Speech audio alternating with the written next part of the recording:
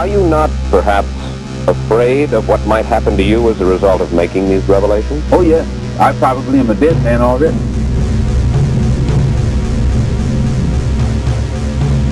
Wherein all the power used to be centered in Europe, it's not centered in Europe anymore. It has divided itself up and is centered in different parts of this earth today. Much of it is in Asia. Much of it is in Africa. It has shifted. And as the people in Africa and Asia get some power of their own, they get a mind of their own. They start seeing with their own eyes and listening with their own ears and speaking with their own mouth and coming to definitions from their own brain. Frustration itself has been sufficient, all that was necessary to make Negroes realize the importance of banding together. And Negroes are banding together. Banding together in what kind of movements? Different kinds of movements, all kinds of movements, and they remain almost invisible. They remain almost unknown, but yet they are there. When I say invisible, I mean invisible in the sense that their existence is unknown, and no matter how much you try and track them down, you can't find them. And this force that is so visible in the Harlem community creates a spirit of resentment in every Negro. They think they're living in a police state, and they become hostile toward the policeman. They think that the policeman is there to be against them rather than to protect them. And these thoughts, these frustrations, these apprehensions automatically are sufficient to make these Negroes begin to form means and ways to protect themselves in case the police themselves get too far out of line.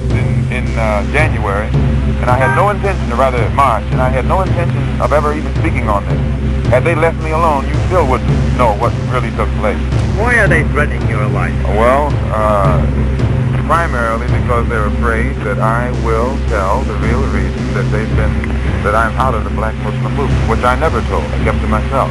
John Ali, the national secretary, admitted, I think it was Wednesday or Thursday, one of these days last week, that they absolutely were going to kill me. What steps would you take to protect yourself from this threat? I take no steps. I have a rifle. If anybody comes to my house without a good reason, I intend to try and use it.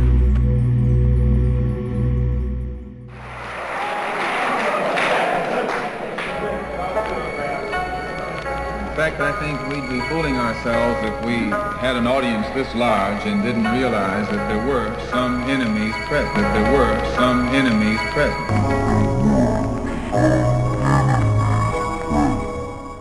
If you have any idea of what it was like to be an African American living in the pre-60s, then what this man is saying should not be so hard to comprehend. A racial war was at its peak by the time Bobby Kennedy was assassinated, as previous decades of blatant and disregard for basic human rights was violated and accepted by the vast majority, including the government. It frustrates me, and yet at the same time amazes me, that the majority living in those times did not speak out and act upon the violence and one-sided cruelty black slaves received from their wealthy masters. Human beings sold like workhorses so that the immigrated white man could enjoy his wine and crackers without a hint of a broken nail. The way that these Masonic figures would end up in North America is a story on a whole other level, and involves yet again historical evidence of racial segregation and murder. In early America, black slaves and white indentured servants are equally exploited. Their work is what was valuable, not their person. Then laws begin to distinguish between black and white. 1640 is sort of the turning point where Africans are going to be treated differently. And slavery spreads across all the colonies. People are being considered property. The downward spiral begins. An entire economy based on exploitation of Africans is in place within a generation. Before 1800, more people came to America from Africa than from anywhere else, and most of them came in chains. Their toil helped make the United States the richest nation on earth. Slavery was no sideshow in American history. It was the main event. America was a slave-owning country longer than it has been a free one, and the legacy of slavery haunts us still. We've made certain progress in race relations, But we'll never get further until we look more closely at slavery. This is a story of resistance and the struggle to maintain human dignity. It is a story of the demand for freedom told through the lives of enslaved people. Who are you? You don't know. Don't tell me Negro, that's nothing. What were you before the white man named you a Negro? And where were you? And what did you have? What was yours? What language did you speak then?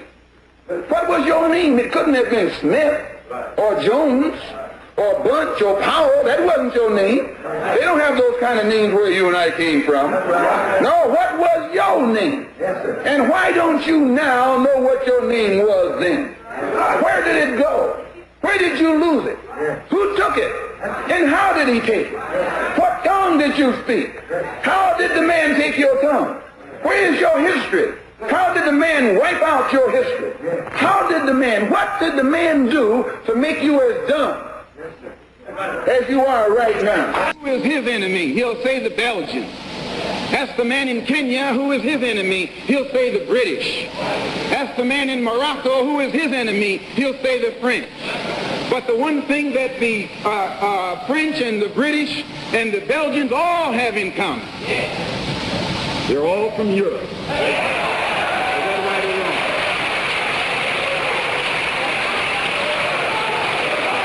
How could so few white people rule so many black people?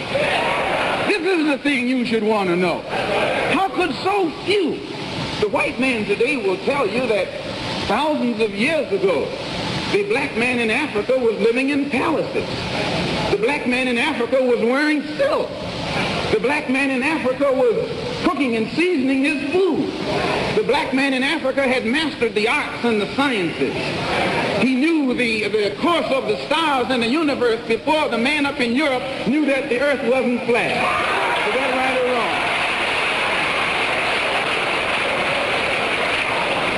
Then if the black man in Africa had reached such a high state of civilization so long ago, at a time when the people of Europe were crawling on their all fours, what happened to make these people or enable these people to come out of the cave and come down into our civilization and take it over and hitch us to the plow?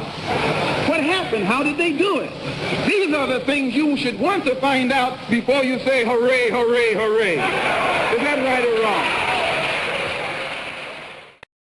You were born in Omaha, is that right? Yes, sir. And your family left Omaha when you were what, 1 year old? I imagine about a year old. And why did they leave Omaha? Well, to my understanding, the Ku Klux Klan burned down one of their homes in Omaha. This made your family feel very unhappy, I'm sure. Well, insecure, if not unhappy. So you must have a somewhat prejudiced point of view, a personally prejudiced point of view. In other words, you cannot look at this in a broad academic sort of way, really. I think that's incorrect because despite the fact that happened in Omaha, and then when we moved to Lansing, Michigan, our home was burned down again. In fact, my father was killed by the Ku Klux Klan. And despite all of that, no one was more thoroughly integrated with whites than I. No one has lived more so in the society of whites than I. And it was only until I became a Muslim that I ceased living in the society of whites. You say you were thoroughly integrated with the whites, Malcolm. Yes. Do you have white people in your family background? Definitely. Most Negroes in this country have whites in their family background. How are you going to differentiate between the white blood that's in you and the Negro blood that's in you? And you don't mind my using the term Negro because you use this yourself. I use it interchangeably. I know you do. Why do you do that? Well, I use it if it fits the purpose to use it, but I use it against my will. But you used it voluntarily in describing the incident in Los Angeles. Still, I use it against my will. I guess the teachings weren't thoroughly inculcated. No, but when I say to you that the cops in Los Angeles shot down 7 unarmed Negroes, every Negro in the audience knows what I'm talking about. But when I say that they shot 7 Muslims, then a lot of the Negroes don't realize that suppose you said 7 colored people, because you say you used the term colored people. You said... I don't think I used the word colored on this program. Yes, you did. You did when we started. Not colored. I think so. Black people, I'm sorry. You did say black. Well, we can use black, and that fits everybody. Okay. But, sir, the black... Now, let me get back to another point that you made. You said that you go back home. Now, what do you mean by back home? I've only heard the Honorable Elijah Muhammad say, back among our own people. You said back home. You don't mind my saying. Right. Back home But by that he means... Do you mean back into the roots of Islam, or do you mean back to Africa? Back home. And by back home he means back into our original civilization.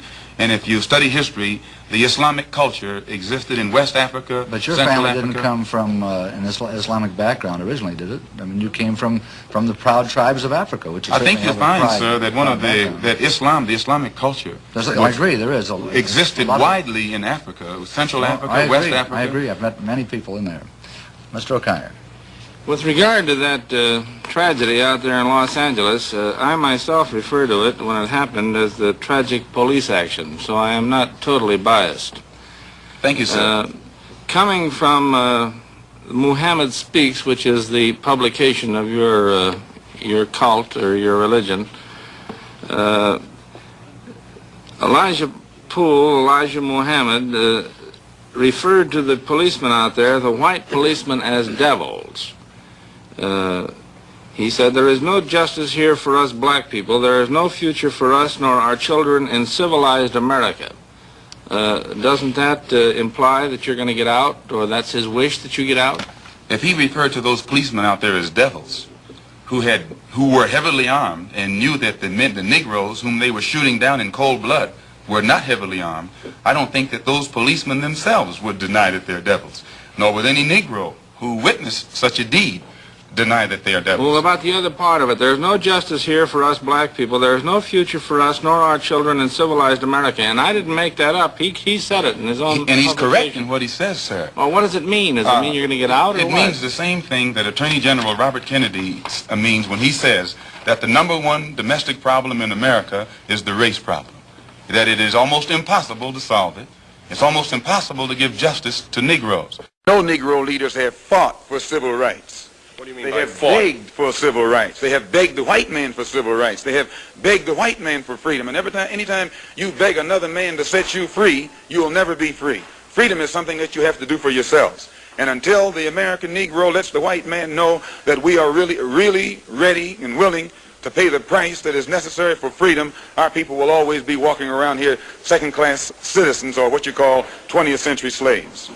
What price are you talking about, sir? The price of freedom is death. Perhaps a significant reason for this would be that the FBI started a counterintelligence program called COINTELPRO. This group was created by none other than FBI Director J. Edgar Hoover in an attempt to disassemble any anti-establishment groups by using whatever force necessary, and as it clearly states on Wikipedia, not limited to assassinations and public deception on a grand scale. Groups that posed a violent opposition for the government, such as the Black Panthers, were eliminated one by one.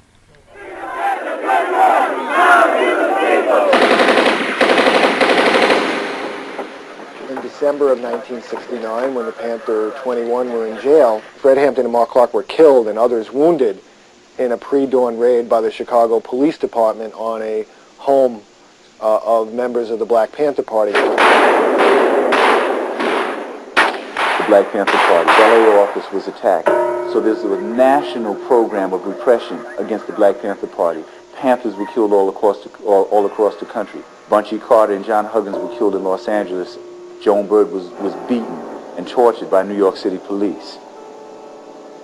With COINTELPRO, they had a strategy. The strategy took on several forms. They wanted either to imprison people, to cause them to go into exile themselves, to, in case certain instances, to kill people or just destroy their lives. Many of us came to see in the trial or feel in the trial that the law could be used for political purposes, could be manipulated, especially the conspiracy law. People began to raise bail money for the Panther 21. Dhoruba was one of those chosen to be bailed out by the party because he was acknowledged as a good speaker. His role was to bring awareness of the program of the Black Panther Party and to end the case of the Panther 21. The issue is either or. Either you're part of the problem or you're part of the solution. And we take that position and we take the stand that we're not going to sacrifice realizing all of that any black leaders anymore. We're not going to do that. Almost immediately, the FBI put him on what was called the agitator index, which was a list of individuals who would be incarcerated in concentration camps in the event of a national emergency. If you were on that list, you were a COINTELPRO target. The Black Panther Party that I had joined in '68 had evolved from Oakland, California. Bobby Seale, Huey Newton, they were in leadership. The federal government realized that that I was a leader in the Black Panther Party in New York and that there were differences between myself and the national leadership. So they carried out operations to drive a wedge between myself and the national leadership. COINTELPRO. What's COINTELPRO? That was an FBI program. Every time blacks or other groups in the 60s would get together and really start feeding homeless at soup kitchens and getting communities together and getting kids off welfare, system didn't like that, or getting kids out of crime, they'd come in and radicalize until one black leader, the other black leader's talking bad about you, and get those two fighting. And they do that over and over again, so call up and say, he said another group that I really helped push and give national attention, and now they got all these chapters all over the country, and that's great. I just leave it alone and let it grow. Call up, I hear you threw him under the bus too. And then people start asking, I hear something was thrown under the bus, something was thrown under the bus. And then other chapters don't form. More independent groups don't begin. And we don't defeat the New World Order, and they get to carry out their more staged terror attacks, bring in their world government. Black communities nationwide finally retaliated in what would become the first and only modern public revolt against the very establishment which enslaves us all, even to this present day. It would be because of these riots that African American citizens began to receive their equal rights. However, the media displayed nothing but negative feedback to these people standing up for their rightful freedoms. This would paint a dark image in the public's mind, and the media would often call them hoodlums or terrorists. In 1965, riots raged in the Watts district of Los Angeles after news of police brutality spread through the neighborhood. Bringing to a head the volatile relations between blacks and the police, the riots continued for 6 days. 34 people were killed, 1,000 injured, and nearly 3,000 were arrested. It took 1,600 troops to stop the rebellion, which was the first in a series of nationwide urban riots.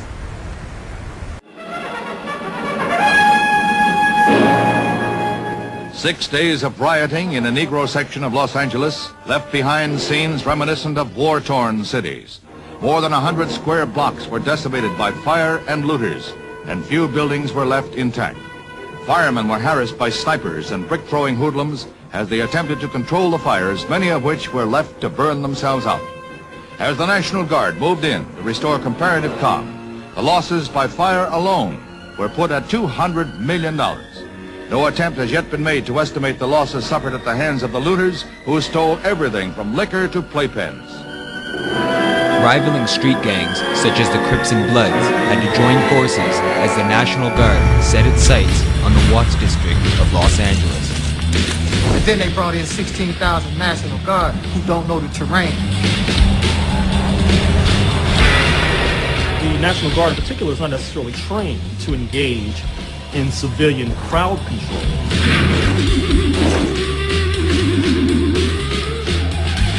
We wanted to drive them out.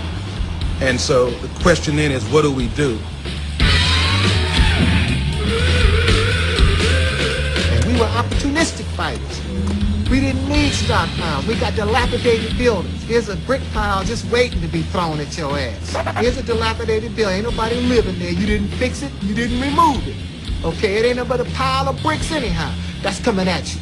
That whole building, brick by brick, is coming at your ass. That's what we throwing at you. The building, the bullshit, the rubble, the rubbish that we live in. That's what's coming at your ass. Those are our weapons. The filth, the funk, the shit you can't stand, that you defend, that you put a barrier between us and yourself. That's coming at you. It's coming at you. As far back as the 1920s, when he began as FBI director, Hoover had gone after persons like Marcus Garvey. Garvey's organization, the Universal Negro Improvement Association, had a membership numbering in the millions, and somehow Hoover found this threatening and worthy of surveillance and undermining attempts. Garvey's influence had been international and had drawn world attention to America's treatment of black people. Paul Robeson was another who was viewed by Hoover as an enemy.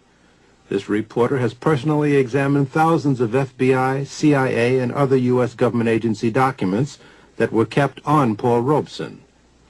Robeson, like Garvey, had an international audience at his command, and he used that platform to denounce racism in the United States. Most importantly, however, were the questions raised by the State Department as to my political opinion. Here's a question of whether one who wants to sing and act can have, as a citizen, political opinion. And in attacking me, they suggested that when I was abroad, I spoke out against injustices to the Negro people in the United States. I certainly did.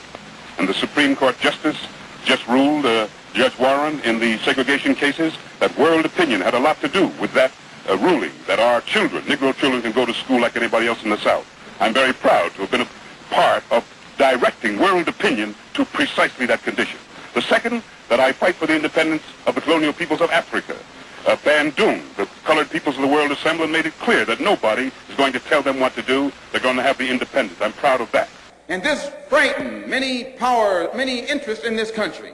Many people in this country who want to see us the minority and who don't want to see us taking too militant or too uncompromising a stand are absolutely against the successful regrouping or organizing of any faction in this country whose thought and whose thinking pattern is international rather than national. There's a worldwide revolution going on. It goes beyond Mississippi. It goes beyond Alabama. It goes beyond Harlem. What is it revolting against? The power structure. The American power structure? No.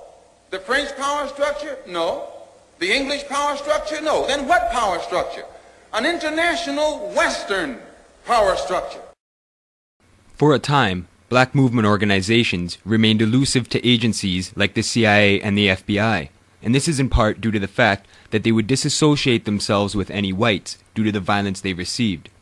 As time went on, the intelligence community and law enforcement agencies began to recruit black infiltrators to find out information which could help to the disbanding of any of these groups that threatened the power structure. These spies would receive large sums of taxpayer dollars in the form of cash to find out and relay any information back to the FBI. It's hard to believe that in the events of all that has transpired and acts of racial cruelty, that anyone in the black community would betray their own people as they did, but this is the effect of the disgusting power money has on people. Hoover had his own racial agenda and known ties to the Ku Klux Klan. For nearly 40 years, he used this political power to disrupt and infiltrate America's black leaders and organizations, and would have the authority to commit crimes and felonies without receiving any repercussions. With the administration of the COINTEL program, Hoover was successfully able to destroy much of what the black communities across the nation worked so hard to achieve, further delaying them in receiving equal rights as American citizens. A common tactic used by the COINTEL program was to create tension and turmoil between black factions, to try and turn them on each other, which is why even to this day, black-on-black violence is discussed and many people in the public's eye are still not aware of the actual reasonings behind this. It is common knowledge now that the U.S. government was trying to destroy black communities all across the country, and it would use whatever means necessary to achieve this goal. This would include the introduction and distribution of crack cocaine, false flag operations, and in several instances, such as with Malcolm X and later Martin Luther King Jr., premeditated murder. You gotta be flown or shit. There's a great line in the movie Boys in the Hood where Larry Fishburne is saying, hey man, we don't grow it, we don't own any airplanes, we don't have any laboratories, how does it get here? Why does it get here? And that's a very good common sense approach that intuitively the people in South Central understood, but there was something much bigger than them that was moving the whole drug issue and the drug war. The Iran-Contra is very important in history.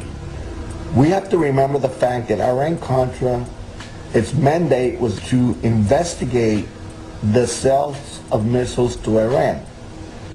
Former DEA agent Celerino Castillo not only fought in the international effort of the American drug war, he also had the rare opportunity of carrying a camera and recording some of the regrettable actions of the DEA and CIA while they supported President Reagan and Oliver North's Contra movement. George Bush Sr. came to Guatemala on January 13, 1986, and he approached me and asked me what I did there at the U.S. Embassy, what my job description was, and I told him I was a DEA agent working international narcotics investigations, and I told him, look, you know, we have gathered intelligence that the Contras are involved in drug trafficking down in El Salvador. And then he just smiled, shook my hand, and walked away from me. And it was then and there that I knew that my government knew that these atrocities were occurring. In 1986, on American TV, we were all being fed a steady diet of, we're taking down the surrender flag that has flown over so many drug efforts. We're running up a battle flag. this scourge will stop. But regrettably, back in Central America and in the jungle, I remember down in Central America, we were refueling planes full of cocaine coming into the U.S., and it was a CIA operation being run by the White House. At the same time, all of the cocaine from Nicaragua was flowing into the U.S. Freeway Ricky Ross was at his heyday. The average week would at least be $2 to $3 million, almost guaranteed. Some days we would have $2 and $3 million days. After Freeway Rick was arrested, an investigative journalist by the name of Gary Webb uncovered a link that connected him back to the Nicaraguan Contra movement. So I read Dark Alliance. I got a copy personally from Gary Webb himself. And to read the book, it was fascinating for me, you know, to find out that I was connected with the CIA and all these high-powered people up in the government. Ricky Ross was just lucky. He just happened to get a source who was connected to the CIA. For a long time in South Central, the buzzword was that the CIA was selling crack. And I said, no, the CIA wasn't selling crack. The CIA was importing cocaine. Ricky Ross got it, turned it into crack, and he sold it. According to Gary Webb's Dark Alliance, when Danilo Blandón was displaced from his home country of Nicaragua, he set off to America to raise money to aid the Contras in ridding his home from the invading Sandinistas. When Ricky Ross was introduced to Blandón, Blandón was in a position to create a pipeline of cocaine that he in turn gave to Ricky Ross on consignment. Which I like the sound of that, you know, because I was always trying to get to the top anyway. Suddenly, some major sources opened up for him. Danilo Blandón, Norwin Meneses, both of whom were tied to the CIA and the Contras, and Gary Webb did a masterful job of breaking those stories and proving with documents that that was the case. Whatever we were running in LA, the profit it was going to the Contra Revolution. I started doing a little research on my own, and I read a little bit about Oliver North and the Contras, because I never knew what the Contras was before. There's legends of Oliver North and them actually transporting the cocaine to our country. There's film.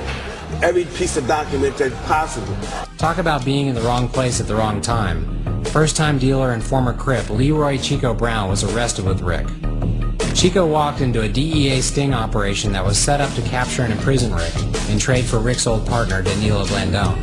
How could this be possible? Then we read through the documents, and then that's when Gary Webb started explaining it to us, and we was like, everything came together now. One of the most paramount moments, perhaps caused by Gary Webb's Dark Alliance, took place in November of 1996. It was a monumental historic event. I mean, the director of the Central Intelligence Agency was coming to Watts to face the people. Now, we all know that the U.S. government and the CIA supported the Contras in their efforts to overthrow the Sandinista government in Nicaragua in the middle 80s. Now, it is alleged the CIA also helped the Contras raise money for arms by introducing crack cocaine into California. Deutsch felt he had to do something to try to deal with the outrage that was foaming all over the country at the time. And of course, it just blew up in his face. CIA fights drugs. CIA does not encourage drugs. I mean, it was actually one of the most monumental blunders of all time, if you think about it. We have no evidence of a conspiracy by the CIA to engage in encouraging drug traffickers in Nicaragua or elsewhere in Latin America. Deutsch was there because of the Gary Webb stories. The Gary Webb stories had sparked a national furor. I would like to have Richard Ross's brother to speak, please. The United States government turned their head and let this cocaine come into the United States of America. Allow Gary Webb to have full access. This whole thing is orchestrated. It was near pandemonium. It was about, I guess, 1,200 people in the standing room only in the auditorium, 2,000 people outside listening on loudspeakers. And it was very hard to keep control. I got called on finally, and I said to her very clearly, I was looking right at Deutsch. I am a former Los Angeles police narcotics detective, and I work South Central Los Angeles, and I will tell you, Director Deutsch, that the agency has dealt drugs throughout this country for a long time. I was able to name operations. Director Deutsch, I will refer you to 3 specific agency operations known as Amadeus, Pegasus, and Watchtower. I have Watchtower documents heavily redacted by the agency. I was personally exposed to CIA operations and recruited by CIA personnel who attempted to recruit me in the late 70s to become involved in protecting agency drug operations in this country. He stumbled and stammered and wrung his hands. This document that you're looking at now shows how the FBI tried to divide factions within the Student Nonviolent Coordinating Committee. And the Black Panther Party was also subjected to heavy, heavy surveillance. We knew the history of the FBI's infiltration tactics in other organizations, particularly the American Communist Party. There was already a record compiled that showed that the FBI was even in charge of various branches of the Communist Party. So we understood that police tactic of infiltration. There was a situation where, in a sense, the white racism was its own victim. Like, for racist reasons, J. Edgar Hoover had not recruited black agents. He had a lot of white agents. And it takes time to train some black agents. In the meantime, those white agents, try as they might, were not able to infiltrate our ranks because the Black Panther Party did not have any white members, okay? And we relied upon people that we knew. And we kept people that we didn't know on another level. And I think this is why we didn't suffer more, put it that way, because they did catch up and start a crash program of recruiting black agents, and they very quickly filled that gap, but it took them about a year to do it. In the summer of 1978, I interviewed a man who worked as an informer for the FBI during the 1960s. His name is Dothard Perry, also known as Ed Riggs, also known as Bill Perry, also known as Othello.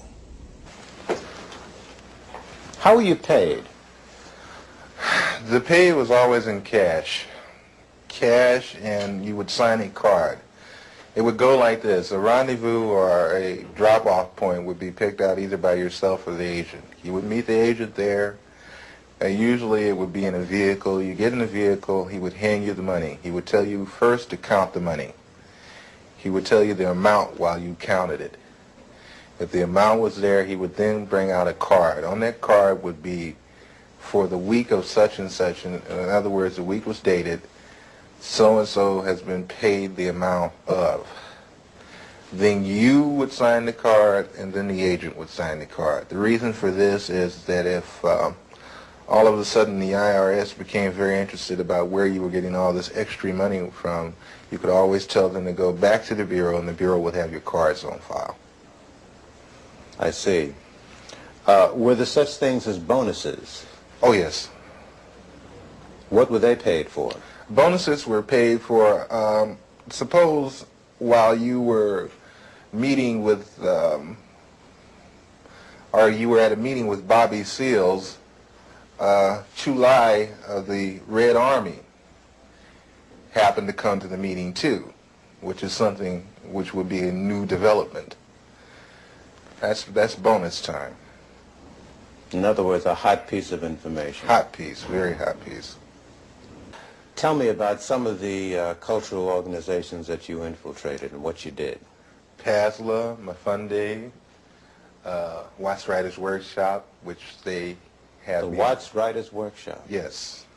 Watts Writers Workshop, which was one of the oldest established black writers workshop. That place was burned down. Yeah. The Bureau had it burnt down. How do you know that? I know because I participated. I did the arson. You burned down the Watts Writers? Yes. Why did they want it to go?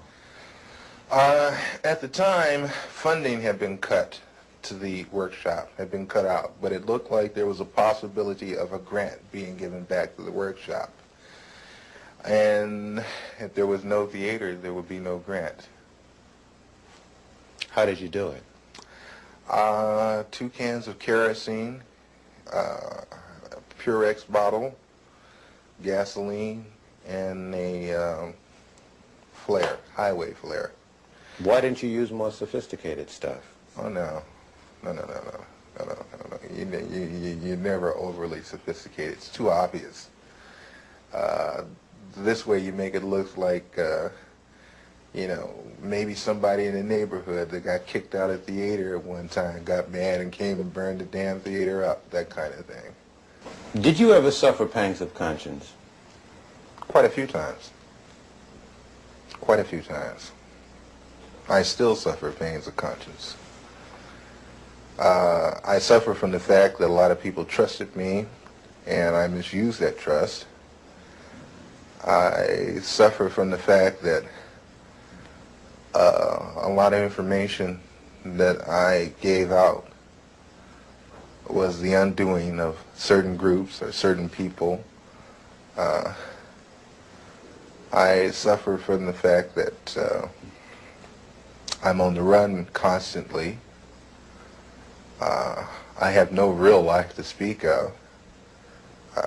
You have no family life, really? You have a wife? No, I don't have a wife. I do have a child.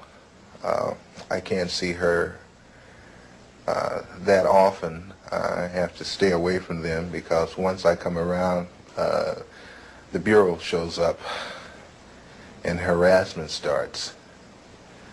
I have very few close personal friends, no one to really confide in. It's like being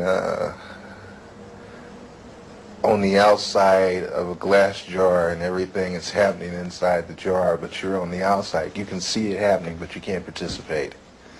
Why have you decided to talk to me? For the simple reason, I think this information should be getting out, should be put out to the public. I think not only black people, but everyone should become aware of what your so-called law enforcement agencies do to so-called enforce the law. Because between you, myself, and the audience, I've seen more felons in law enforcement than I have in prison.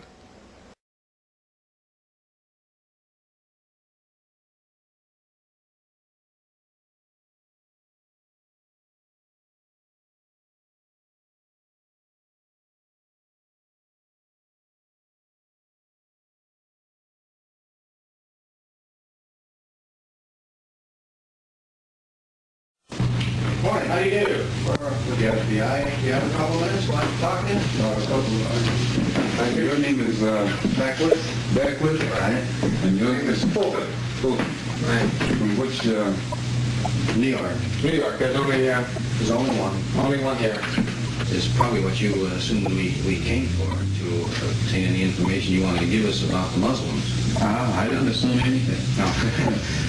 That's a very general statement on my part, but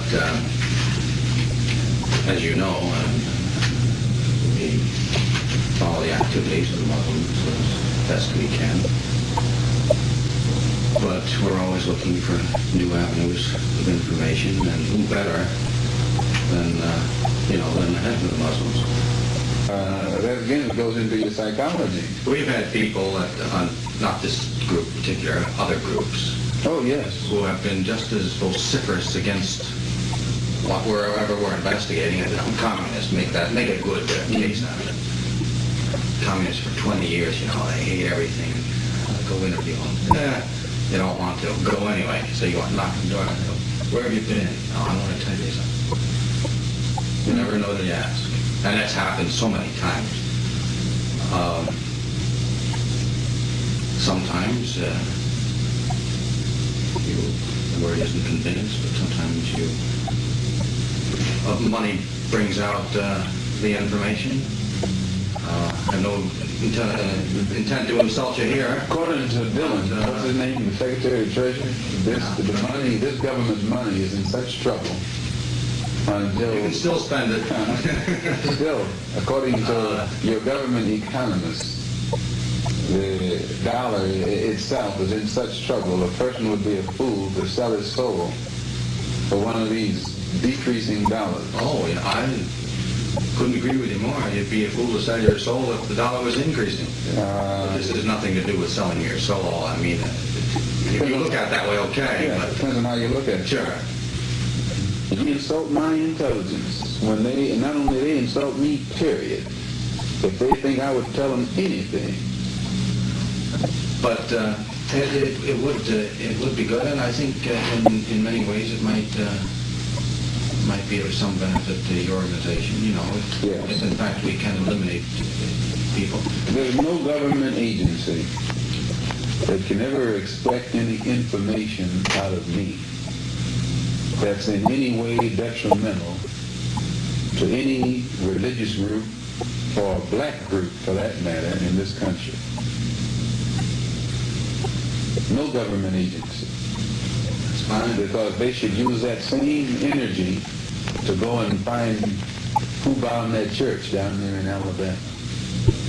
And if these government agencies spend as much money and time and energy. You know what somebody in the South is saying today? Few people would go up north. Would you say to American citizens that this situation of surveillance and infiltration continues to this day? Oh, yes.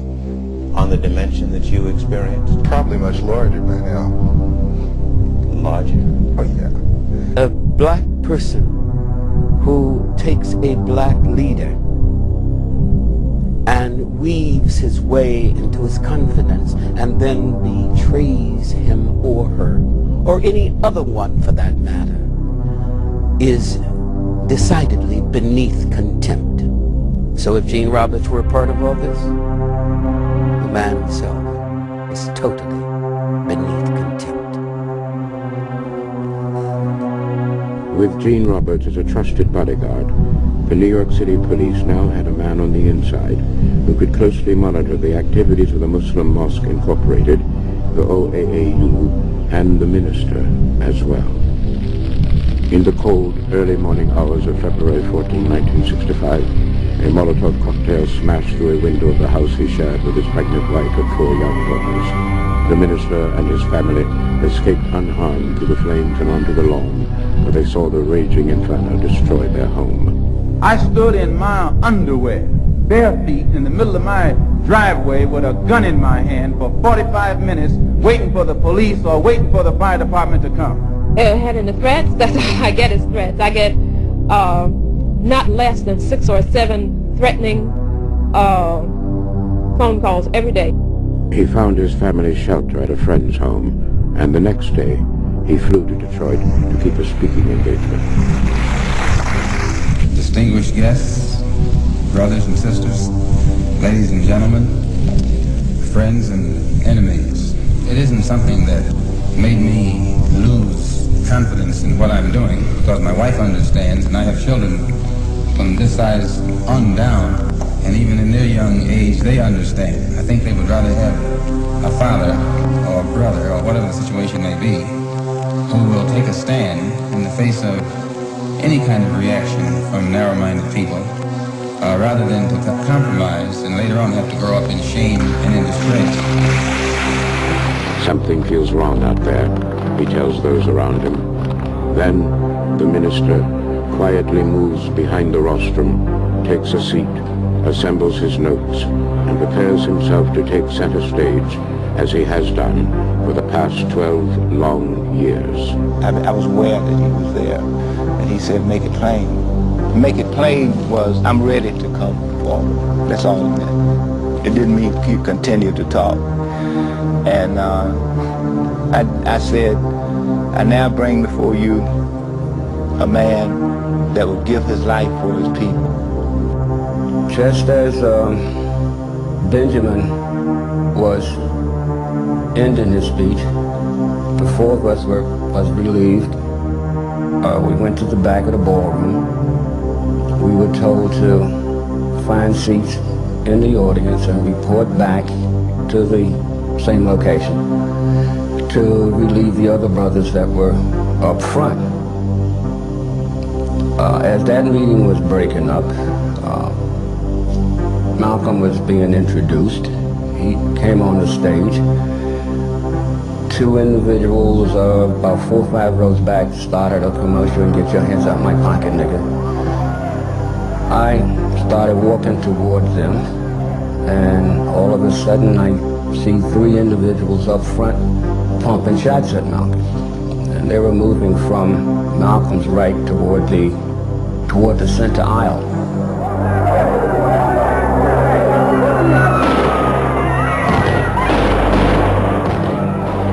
Two people passed me, and that's when I met Hayer.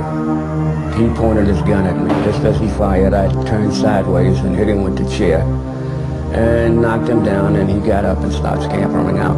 I entered on the 166th Street side of the Audubon Ballroom. I started up the stairs, and I heard a voice, and I think that voice either had to be Earl Grant's or Brother Rubin's. And I heard him say, "Stop that guy, he just shot Malcolm." And I turned around, I stuck my foot out, he stumbled, and I turned around and ran back down the stairs, and about 10 or 20 people pounced on him. So he wasn't going anywhere. And 2 police officers emerged with their guns drawn and took the crowd. They rescued this man, turned out to be Thomas Hayer. They rescued him, but my recollection tells me that there was someone else there besides Thomas Hayer. I believe 2 men were put in the police car and taken to the police station. As in Dr. King's assassination, a police superior has trouble with the truth. He tells reporters that 2 suspects were arrested at the Audubon. Later, official police reports say that 1 was arrested. Also, listen closely as the police official carefully handles the question about police on the scene. We have 2 suspects in custody now. Where were they arrested? Fired the shot? I wouldn't know that at this time. Where were they arrested, sir? One of these men was arrested on the street by one of our patrolmen close by. There were no police at this meeting, were there, Inspector? There were no uniformed policemen assigned inside this ballroom. No uniformed police on the scene. Does this mean that police out of uniform were there? And if so, why didn't they take action? What were they doing there? This behavior pattern rings a bell of striking similarity with the behavior pattern of the CIA overseas. Assassin Hayer is transported to the 34th Precinct, where police recover an unused .45 caliber clip from his pocket. He is then taken to a hospital to have treated a bullet wound in his leg and other injuries he suffered in his escape. Back at the ballroom, people rush to the stage in horror and disbelief. There's snakes, snakes, snakes in the community, says bodyguard Carey 2X. As police reinforcements arrive, they lift him onto a stretcher commandeered from Columbia Presbyterian Hospital and roll him out the door and across the street to the emergency room. Despite airtight alibis, Norman Butler and Thomas Johnson are arrested at their homes a week after Thomas Hayer's capture. Hayer testifies in court that he was one of the assassins and that Butler and Johnson had nothing to do with the crime, but he refuses to identify his real accomplices. The jury convicts all 3 defendants of murder in the 1st degree, and they are sentenced to life behind bars. Norman Butler and Thomas Johnson will spend the next 2 decades in jail for a crime they did not commit. It would be more than 10 years before Thomas Hayer would reveal the names of his true accomplices and the nature of their murderous conspiracy. Here we have Malcolm X's Wikipedia page. As we all know, Wikipedia is information we're forced to believe, even though probably all of it's false. But in any event, Malcolm X Wikipedia page. When you scroll down to his assassination, the part involving his death, and we have here assassination on February 21st, 1965, in Manhattan's Audubon Ballroom, and notice how it's hyperlinked so you can check out an information page about the place where he was assassinated and the city. Malcolm X began to speak at a meeting of the Organization of Afro-American Unity when a disturbance broke out in the crowd of 400. A man yelled, blank, "Get your hand out of my pocket." As Malcolm X and his bodyguards moved to quiet the disturbance, a man rushed forward and shot him in the chest with a sawed-off shotgun. Now here we have sawed-off shotgun, which is also hyperlinked. 2 other men charged the stage and fired handguns, hitting him 16 times. Furious onlookers caught and beat one of the assassins as the others fled the ballroom. Malcolm X was pronounced dead at 3:30 p.m. shortly after he arrived at Columbia Presbyterian Hospital. Now this is hyperlinked as well.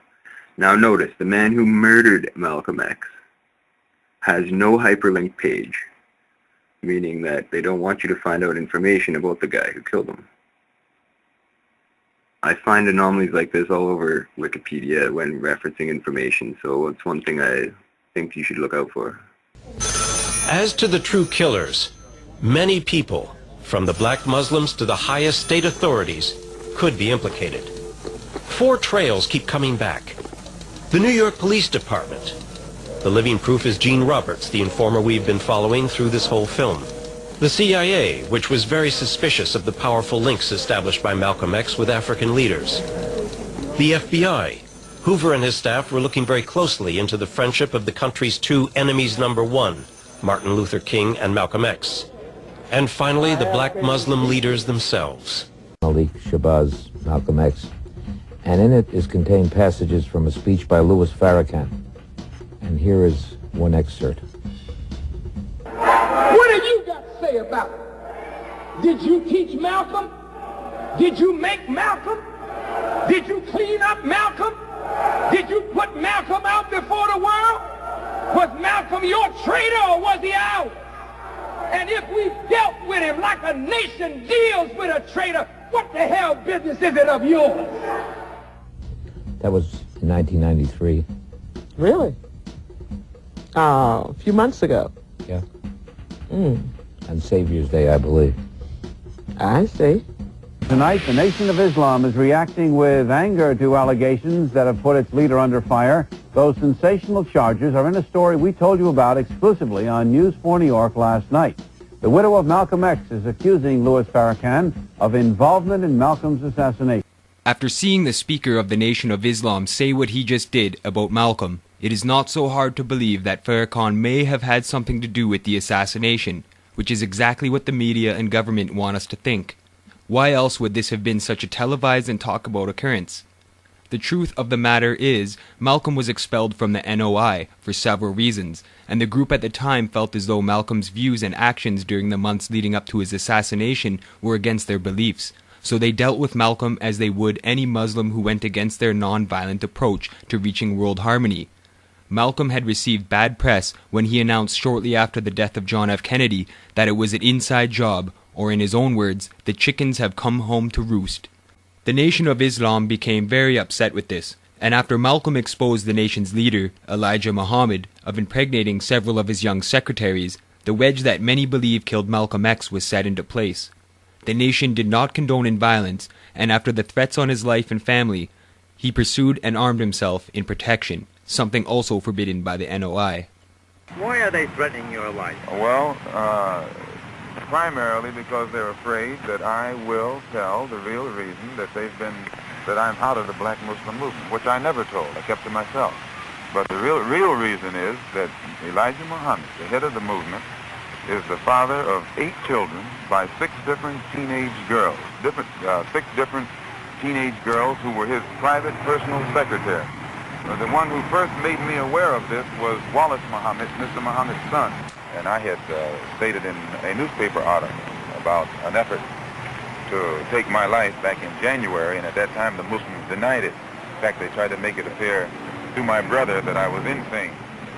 But on a program in Chicago called Hotline, that's moderated by Wesley South, Don Ali, the national secretary, admitted, I think it was Wednesday or Thursday, one of these days last week, that they absolutely were going to kill me. What steps will you take to protect yourself from this threat? I take no steps. I have a rifle. If anybody comes to my house without a good reason, I intend to try and use it. And that's all. Right now? No, I don't worry. I tell you, I'm a man who believed that I died 20 years ago. And I live like a man who is dead already. I have no fear whatsoever of anybody or anything. Who killed Malcolm X? 3 black Muslims, members of the Nation of Islam, were convicted. But the current leader of the Nation of Islam, Louis Farrakhan, now acknowledges that words he spoke may have triggered the assassination. As I may have been complicit in words that I spoke, I acknowledge that and regret that any word that I have said caused the loss of life of a human being. Who killed Malcolm X?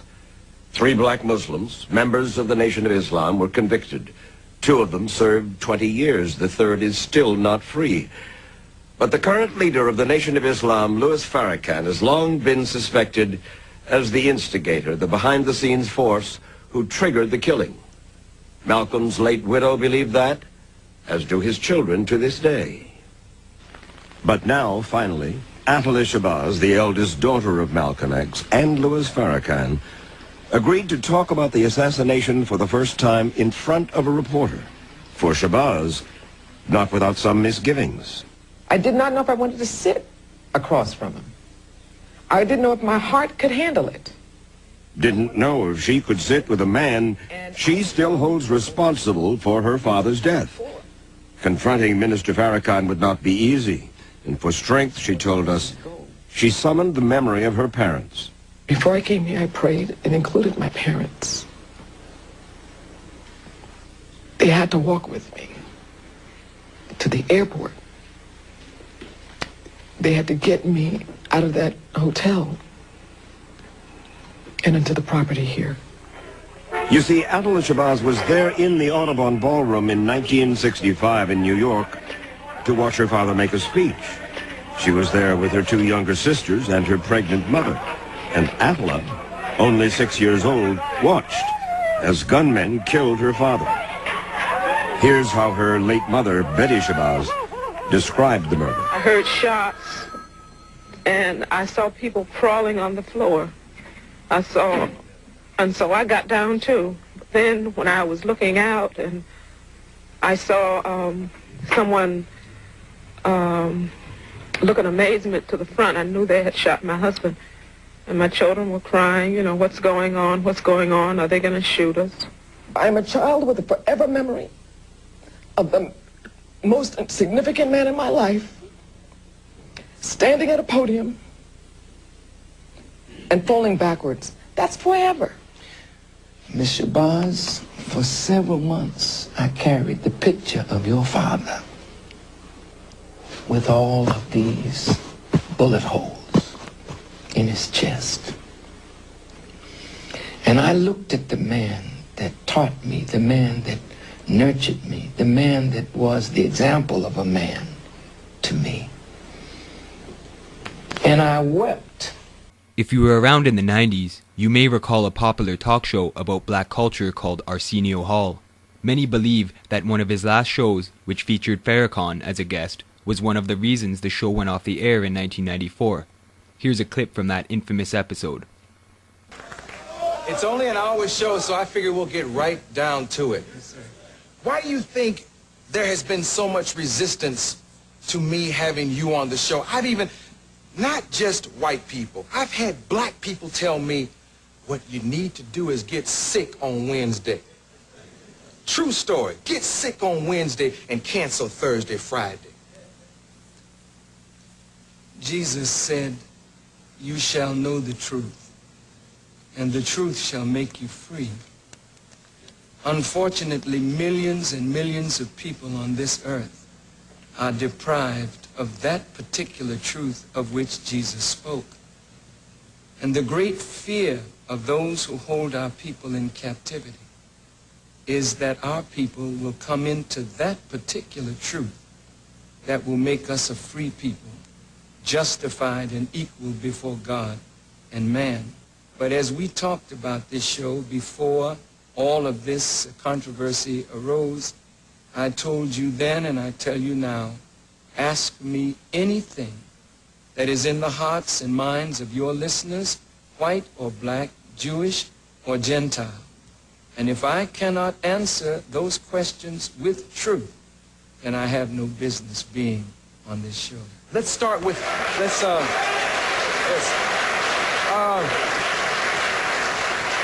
let us start with, because I have gone into the neighborhood and I've gone to the farthest suburb trying to find out what's on people's mind, my research department. One question that comes out of the neighborhood most often is, who killed Malcolm X? Since the movie, there are a lot of people who feel, you know, Minister Farrakhan had something to do with that. And I know you've heard it. Yes, I've heard it. More so now than ever before. When Malcolm was assassinated, if you would go back and read all of the accounts, the name of Louis X, as I was called at that time, was never, ever, ever mentioned. Why now? Farrakhan, who was a student of Malcolm and an adorer of Malcolm, but became an enemy of Malcolm when Malcolm split from the Honorable Elijah Muhammad. Because of that fact, and because of the fact that I wrote an article in the Muhammad Speaks saying that Malcolm was worthy of death, and several months later, Malcolm was assassinated, the press would like for black people to believe that Farrakhan had something to do with the assassination of Malcolm, not because they really believed that, because if that were so, the grand jury should open this case again and bring Farrakhan before courts of law. But the press does not want to do that. They want to try Farrakhan and the Nation of Islam in the media and castigate us in the media, but that is only because what is in my mouth is freeing black people all over the earth. And so if they can discredit me, then the truth that I speak will be of non-effect. I don't know who murdered Malcolm, but I believe with all my heart that two men who belonged to the Nation of Islam, who were picked up after Talmadge Hayer was picked up at the Audubon Ballroom, have been charged and found guilty of a crime that I believe those two men were innocent of. During the trial, Talmadge Hayer, who was the brother that was caught at the scene, said in court that the other two men were absolutely innocent. And when he was asked to name the co-conspirators in the murder of Malcolm, he refused to do it at that time. So those two innocent men went to prison for 26 years of their life. But during that time, Talmadge Hayer, under Kunstler, named all 5 of those who were with him in the assassination of Malcolm, and Kunstler tried to get the government to reopen the case, and they refused to do it because it suits the government's purpose to say that the nation, and that's a big name, the nation killed Malcolm. Plan of action was basically what took place. Me and Leon, we took seats down in the front of the Audubon. We came early. We would drift into the Audubon. If indeed there was a search, then we could never enter. There was no search, so we drifted in just like we had hoped to. Leon Davis and myself took seats down front on the left-hand side. Benjamin and William, who carried the sort-of shotgun, sat right behind us, you know. And Wilbur sat somewhat in the back or almost in the middle. And our plan was, as soon as the brother came out to speak, that Wilbur would throw the smoke bomb to make a distraction, and that William would fire his shotgun, and that Leon and myself, we would fire our weapons. and then this break for the door. In the interview you just witnessed, Hare confessed that Leon David, Wilbur McKinley, and William Bradley were the ones involved. Let's take a look at the largest used encyclopedia on the planet. Referencing back to the Wikipedia Malcolm X page, just to show you the effect of disinformation, which is a technique used by our government and the CIA intelligence agencies. It's also, all this stuff is also in our textbooks, and we're probably all taught it in university and in school and stuff like that about history, and it's all false. But in any event, we're going to go to the assassination part again. And here we have Talmadge Hayer, a Nation of Islam member, also known as Thomas Hagen, was arrested on the scene. Eyewitnesses identified two more suspects, Norman Butler and Thomas Johnson, also members of the Nation. All three were charged in the case. At first, Hayer denied involvement, but during the trial he confessed to having fired shots at Malcolm. He testified that Butler and Johnson were not present and were not involved in the assassination, but he declined to name the men who did join him in the shooting. All three men were still convicted. So that means that two of these men were put in prison for a very long time and lost their entire lives sitting in prison for a crime they didn't commit. Now here we go. Butler, now known as Muhammad Abdul Aziz, was paroled in 1985. He became the head of the Nation of Islam's Harlem Mosque in New York in 1998. He continues to maintain his innocence. Johnson, now known as Khalil Islam, was released from prison in 1987. During his time in prison, he rejected the teachings of the Nation of Islam and converted to Sunni Islam. He too maintains his innocence. Hayer, now known as Mujahid Halim, was paroled in 2010, just last year. Granted his parole. He's supposed to walk away from the New York State prison system on April 28th. Now, there's something called victims' impact statements that are supposed to take place. Malcolm was not only a world figure, he came from a large family on both sides. We got a call just a few minutes ago from the parole board in response to our letter to the governor of the state of New York, Governor Patterson, and he said, we didn't know where any of the family was. And we find that absolutely incredible. The Little family is well known on Malcolm's father's side. His nephew Ronell is also a published author and with us almost every year when we do the annual pilgrimage to the gravesite. So we do not accept their excuse for not allowing those victims' impact statements to be heard. But there are other questions that need to be asked. Talmadge Hayer did confess to what he did. We acknowledge that. It is a detailed confession where he names everybody who worked with him and who fired and took Malcolm's life away on February 21st. He did that out of personal guilt and to clear the other two men who were wrongly convicted and who were never released until they did their own time. The state of New York, the federal government of the United States, did not act on Hayer's confession. That is a major question for us. Why? And we believe that the short answer is that if you climb up that apple tree, you're going to find a rotten hand of the United States government complicit with someone having pulled those triggers and making sure that that happened and that those men all got away scot-free. And finally, we have to ask some other questions too.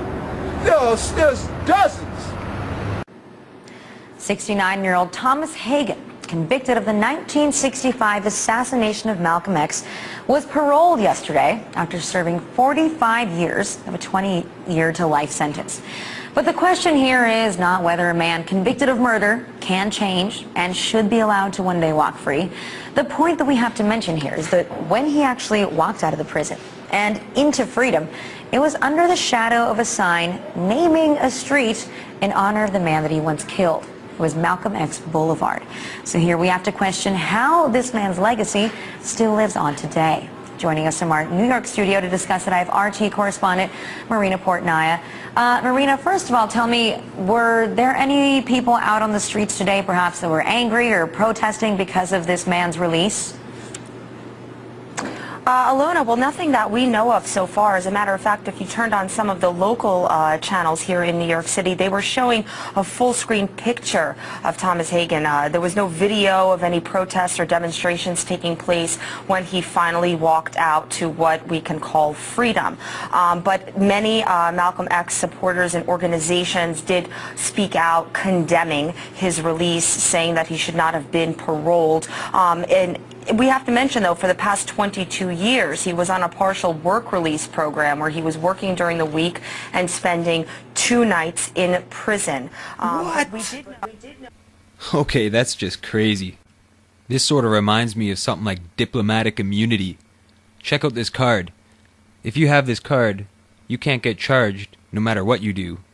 And check out where you have to return the card if you find it. To the Office of Foreign Missions in Washington, D.C. I wonder how you get one of these.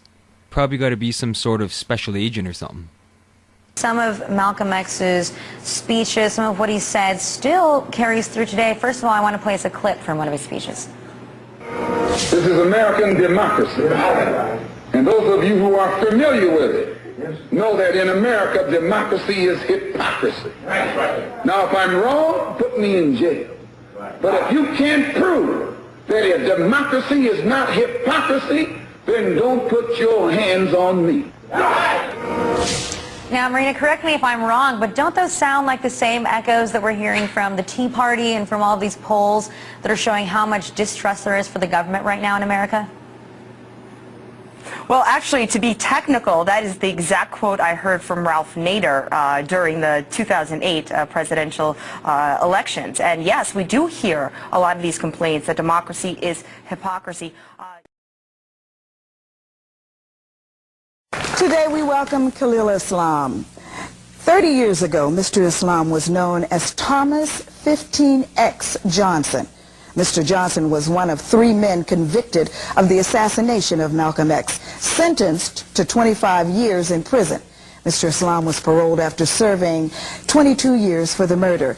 He has steadfastly maintained his innocence. Who killed Malcolm X? I think that's the question that none of us can actually answer. That is precisely the reason that this past Tuesday, the Honorable Louis Farrakhan is calling for a class action suit. The answer to that question is hidden in secret government files.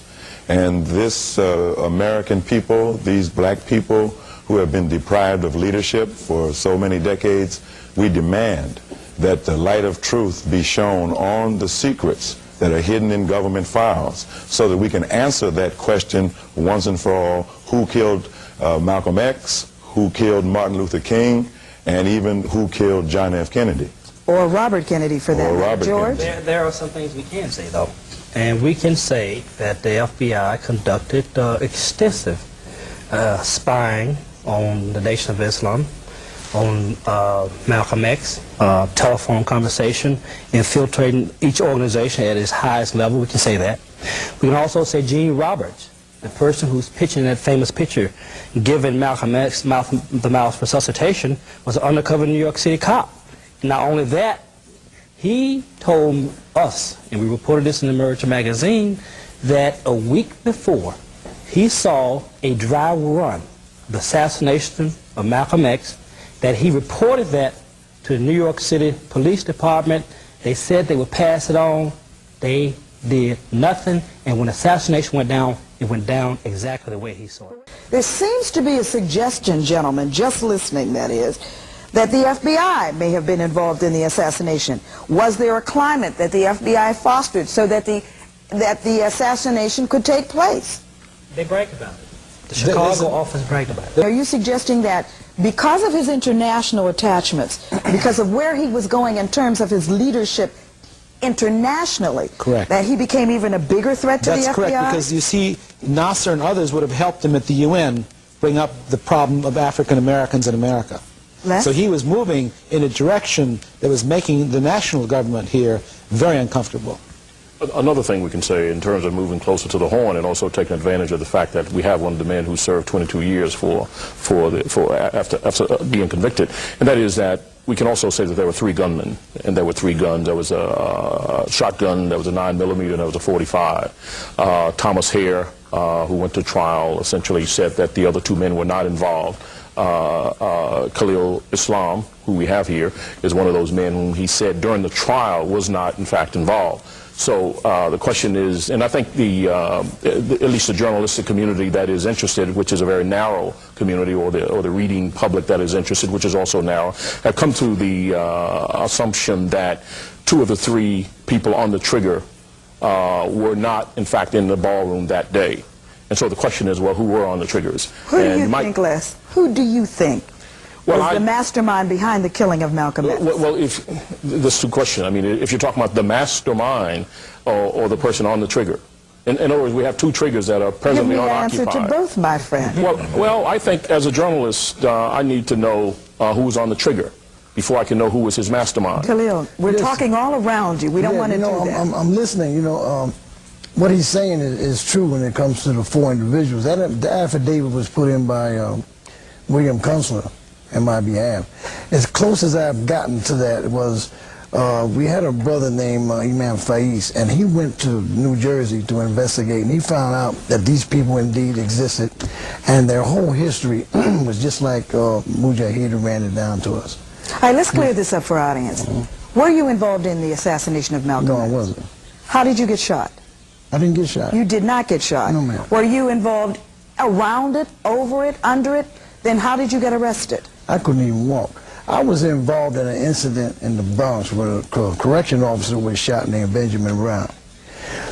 And when that happened, one of Malcolm's close associates, and I want everybody to listen to this very carefully because it came out just exactly like I'm telling you. This is a coincidence.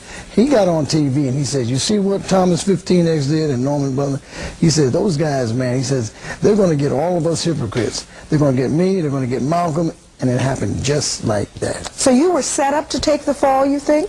Behind that incident in the Bronx. And what the man said on national TV, and by the way, Malcolm was assassinated, I was in the Tombs, and I was told through one of the correctional officers, you got a problem. I said, what kind of problem I got? He said, they found Leon dead in Boston. I said, he said, you know what he said in Newsweek?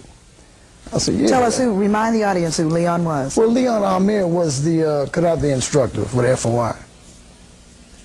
And that's why it led, they believed that he was telling the truth. And they said that, all right, so the DA said, I found out later on, so what these guys think, they're a black mafia, so we're going to make sure that they don't never see daylight anymore. Khalil, who do you think killed Malcolm?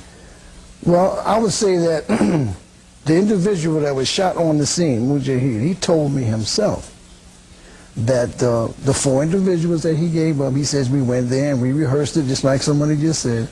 We rehearsed it, and we came back the next week and we carried out the operation. He said he was very sorry that he destroyed my family and my business and whatnot, and this is the reason why he confided in me. For some reason, he just felt my spirit and we just locked together. And he ran the whole thing down to him. I said, well, listen, you should have never took the stand. You're not going to give up names. The DA is not going to let anybody go. You have to give up names. So you felt that the moment you were arrested that there was no hope for you to get justice? None whatsoever. I even stated that before when I was on trial. I told my co-defendant, I said, listen, I said, we're going to take a long trip.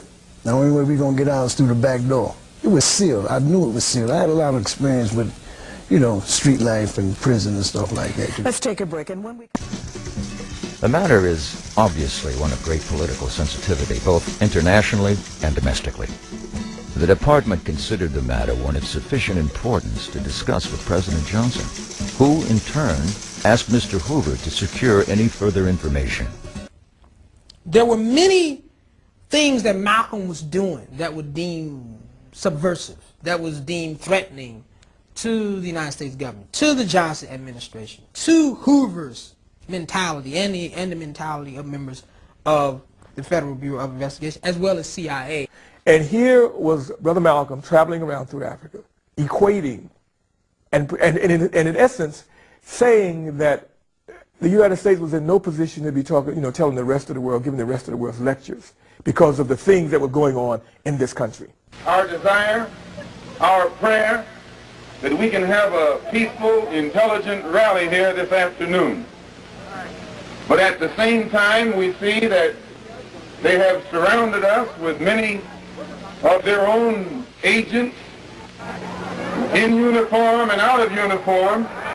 Techniques that they were already using anyway against other groups, during the war, even before the war, specifically communist groups. But when they initiate the first counterintelligence program, or COINTELPRO as they like to call it, the major target was the Communist Party, USA. And of course, that's going to set the stage for them to then, go after groups like the Socialist Workers' Party in 1961, Ku Klux Klan groups in 1964, the Nation of Islam, which had actually began, decades earlier.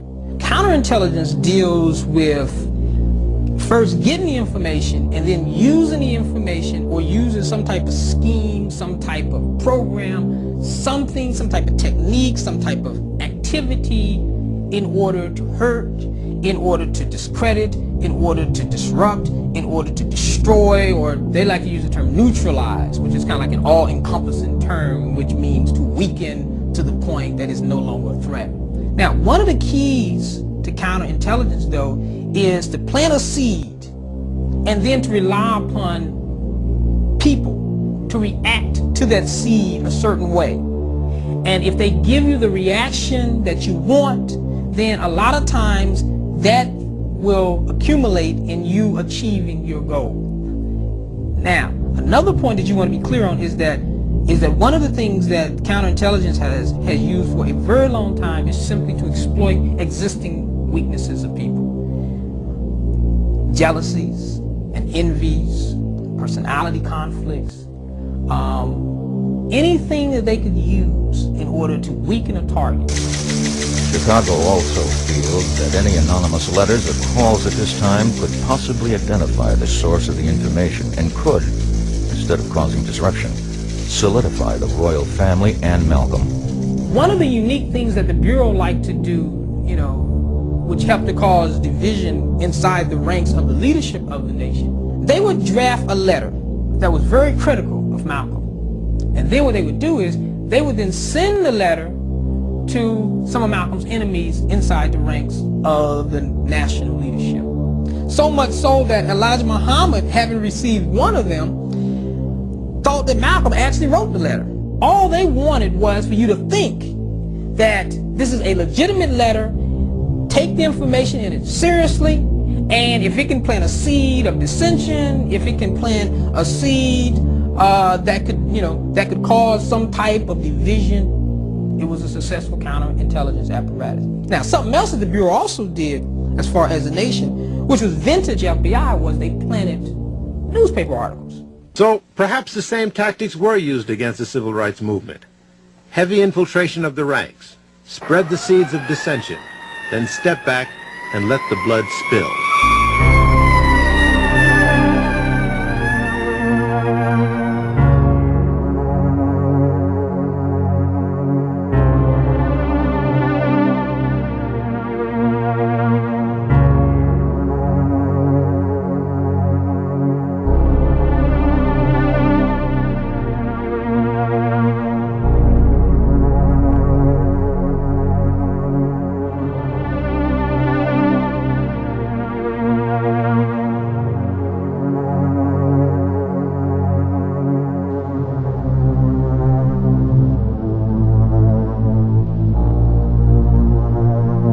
I say it, Mr. Chairman, is for this committee to be able to figure out how to persuade the people of this country that indeed it did go well. And how shall we ensure that it never happen again? But it will happen repeatedly unless we can bring ourselves to understand and accept that it did go well.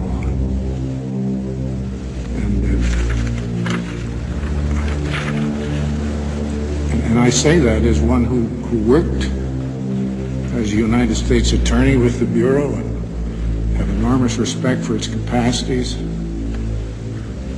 the field of kidnapping, bank robbery, and a lot of other things, but am appalled to learn what if it's correct, the intelligence side of that bureau was up to for so long. If we would like to believe that the FBI would do all this viciousness and all of these things to an individual and would stop short of killing him, then we're out of our mind. In America today, if we believe the CIA would deal with foreign assassinations and would not consider it at home, that's like saying the mafia runs crooked gambling tables in South America, but honest ones in America. It just ain't true. Any kind of activity that takes place on the floor of the Congress or the Senate, that's the government. Any kind of dilly-dallying, that's the government. Any kind of pussyfooting, that's the government. Any kind of act that's designed to delay or deprive you and me right now of getting full rights, that's the government that's responsible. And anytime you find the government involved in a conspiracy to violate the citizenship or the civil rights of a people, then you are wasting your time going to that government expecting redress. You're going to his court expecting him to correct the problem. He created the problem. He's the criminal. You don't take your case to the criminal, you take your criminal to court and accuse it of genocide and all of the other crimes that it is guilty of today.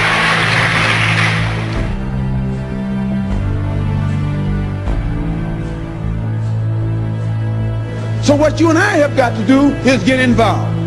You and I have to be right there breathing down their throat. Every time they look over their shoulder, we want them to see us.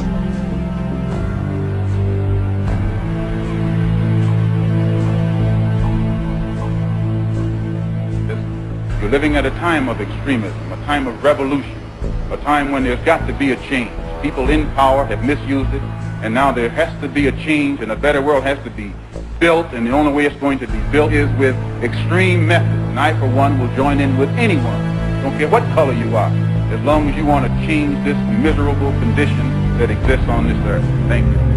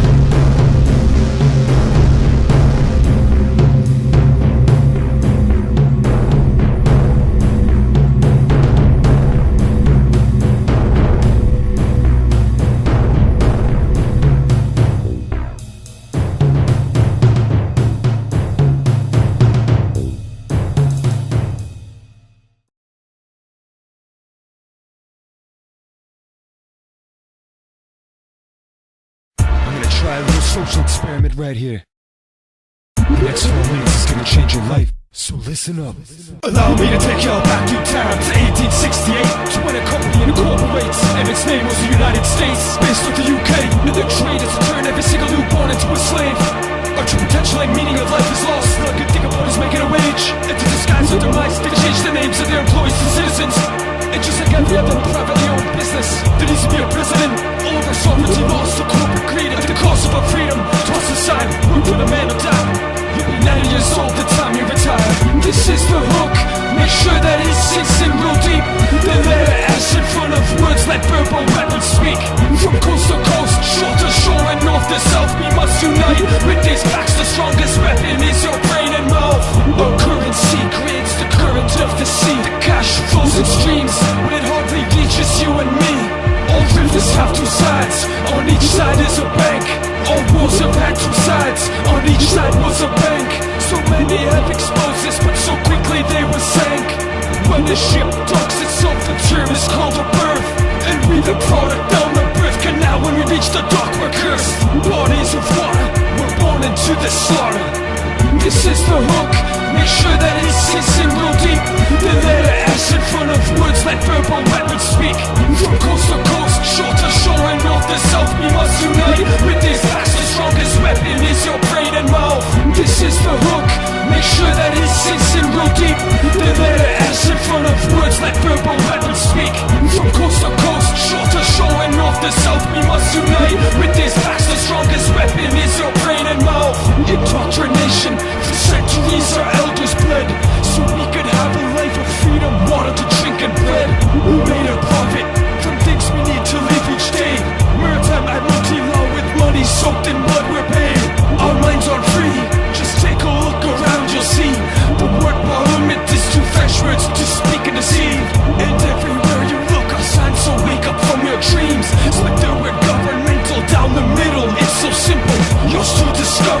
explore what's undercover. We ain't gone forever.